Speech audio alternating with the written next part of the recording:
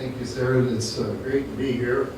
Those who don't know me, probably all of you, I'm Bob Uttaro. I'm a lecturer at the Joseph Corval School of International Studies.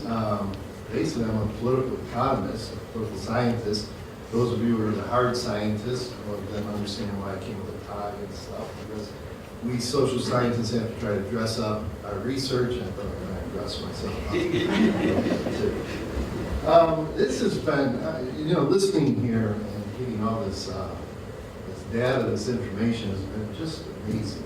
And as I was sitting there listening to everybody, I started to change the way I wanted to approach this. I want to talk to you a little bit about what we are doing, because when I first met Sarah and really first got involved in this, we were having a teach-in over at the Westphal School. And we were doing this teaching Tuesday. We're going to talk about the ivory trade. And it was a very nice presentation. Kristen brought some of the artwork and that. And but as we're doing the presentation, we just finished. We got the question and answer. And one of the students asked the question that I think we all have in front of us. The student asked, "So what can I do?" And at that time, I really didn't have an answer other than what tends to be the standard answer: get involved or learn more. We teachers like to always say, learn more, especially just before midterms. And I felt so, shall I say, I felt there was something inadequate. And so as I got more and more into this and doing more research into that, I've been fortunate to be able to be the faculty advisor with some students here on campus called World With. And it's just an amazing group of students. And also, in the last couple of weeks, I've been able to connect with Roots and Shoots. And I've also met with Divest DU. And the point I want to get to with this, that is, all these kids all these students, these young people are doing something. And so they haven't answered that question. What can I do? They're doing something. And so I'm here, and I'm not going to take too much of the time because I think there's a lot of questions in that we have. But I'm going to talk to you a little bit about what we're doing here, or trying to do here in Colorado, and then talk to you about this global march for elephants and rhinos tomorrow. And then kind of emphasize a very important point. Even though this is a march, we're calling it, but we're actually having a rally tomorrow on the Capitol steps at 10 a.m. It's not really, the march really begins after that. When we show up tomorrow, as we're showing up here, we have to answer that question. What are we going to do? And so we're looking at tomorrow's event as not the end. You know, sometimes marches and stuff, you can build up for them and that, with the demonstrations and social movements, and then the end. And everybody goes home, and the problem never seems to get solved. And then we have to have another march. We have to have another rally. And then we go home, and nothing gets done. So what I'm hoping we can do and convey here is that tomorrow is the first step of a lot of steps to bring about a ban on ivory. Not just we're working here in Colorado, but around the world. Because as Pratik said, and as others have been saying, these are global problems. And we can only we can either go home and wait and see what happens, or we can try to bring about these changes. So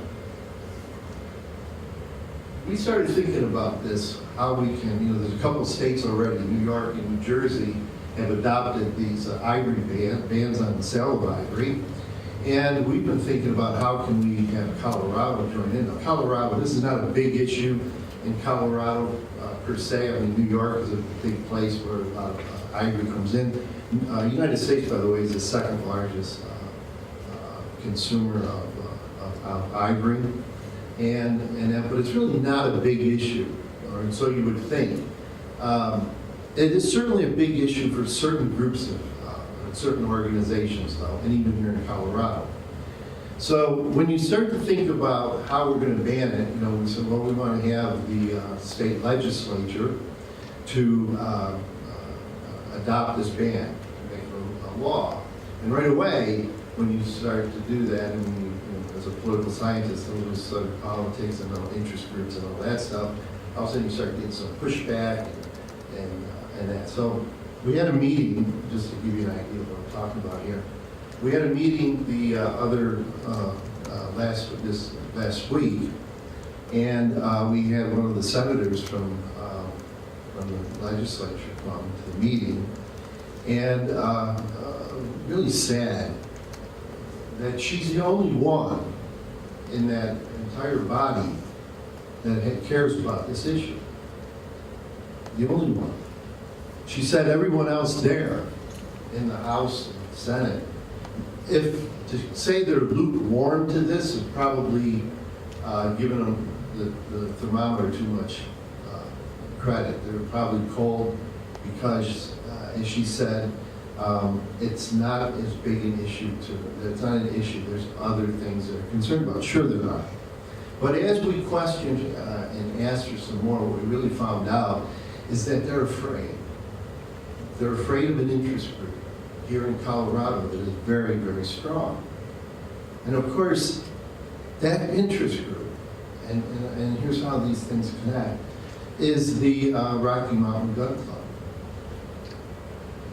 Now, you would say, why would the Rocky Mountain Gun Club be concerned about elephants facing extinction in Africa? And they feel, first of all, and I think they might, so it's not justified, but you can maybe understand that they have a very, very strong commitment to the Second Amendment, and they feel that if we were to get a ban on ivory in Colorado, what that would mean is people that have guns that have ivory handles or ivory inlaid or something like that, that would be banned, and next thing you know, the UN is coming in and taking away all their guns and that. I mean, they've built such a good wall around this that the slightest little shaking, they think, we're sticking our noses under their tent flap. And the next thing you know, we're going to be inside and grab everything. So the point is, she said, they're very concerned. It's an election year. They're deeply concerned about, causing anything, shake the hornet's nest and that. And so I asked her, I said, so what you're really saying is that we're not organized. And she said, yeah. I said, you're not organized. You don't bring power. You don't bring power to the table. And that reminded me, of course, of Frederick Douglass. Power concedes nothing without a demand. And that those of us who are very, very passionate about this, concerned about what's going on in the world, are looking at each other and say, so what do we do? What do we do? How do we bring power? How do we make the demand on power so that our concerns and interests can be heard? And so that's what I want to talk about, is that tomorrow should be the first step instead of the end of the march. Across the globe, 133 cities, I believe, will be marching for elephants and for rhinos. Everywhere, United States and in Europe, in Africa, so many cities and communities are organizing because, as Pratik said, this is their livelihoods too. And they have a relationship with their animals. Their societies are being torn apart by the violence that these criminal organizations, terrorist groups and stuff. You know, and so they're marching in Asia, they're marching in South America, they're marching around the globe, and we're going to join in for 2 hours, and I hope all of you can make it. Because if we do, we're also going to have a petition there, where that petition is basically going to say to the Senate, to the legislature, we care, and we want you to adopt a ban on the sale of ivory in the state of Colorado. Symbolically important because New York has done it, New Jersey has done it, if Colorado can do it, and other states can do it, then other countries can too. And that's where it opens up. And that's where we can bring about the change. A lot of the data, a lot of the information we saw that we've seen today, it's been incredible. But I don't think we can walk away at this moment and say that the state of the wild is anything but in crisis.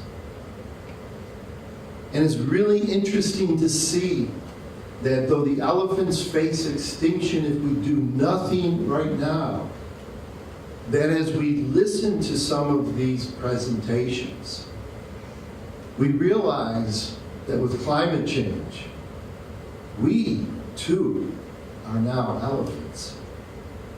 We are facing extinction. It won't happen, as you know. We all know it's not going to happen right away. A lot of people think about this and say, oh, that's down the road. It's down the road, it's not going to affect me. But what we do know, and what we've been seeing, is already the degradation, the decline. And it's going to accelerate. And if the great crash occurs in 2030, there's plenty of us in the room right here that will experience that. So there's a good reason for us to realize that we can't stop with a march and we can't stop with a ban on ivory. We've got to address the bigger things. It's interesting that a lot of the presentations today have dealt with systems, and it causes us to look at systems. Again, Pratik's talking about when he talks about Africa and how everything's so interrelated. And you know, when you think about how these systems, it really starts to clarify why we can focus on some things that we want to do. We want to save elephants, we want to save rhinos, but pandas are also under threat. The oceans are acidifying. We're all under threat. And so in a way, climate change and what's happening in the world is uniting us. We're all on, as I like to say, we're all on the same side of the fence. It amazes me really to think that one organization, one interest group can be so powerful and yet be so small representation in terms of voters, and that's the NRA. Now, I'm not saying anything about the Second Amendment and all that. I'm talking politics here. And when you think about what the NRA is able to do whenever they think somebody's sticking their nose under the tent, and how they mobilize to get something done, it's astounding to me that on our side of the fence, there's tens of millions of us. And yet we are not organized. We are not organized. We all do our things. We academics probably deserve to be chastised because we do a lot of stuff amongst ourselves. We share our data, we publish in our journals. But do we ever get out there? Do we ever start talking to the people? Do we join up and do we help go forward, shall I say, and bring about the change? And this is what we need to do. This is really our big challenge. Phil started today and he said, this is going to be very heartbreaking and depressing stuff, and it really has been. I kind of thought maybe if we ever do this again, we should have an open bar out there. Just so some, or Prozac, I don't know, there should be something. And yet, we've heard everybody also say they're optimists.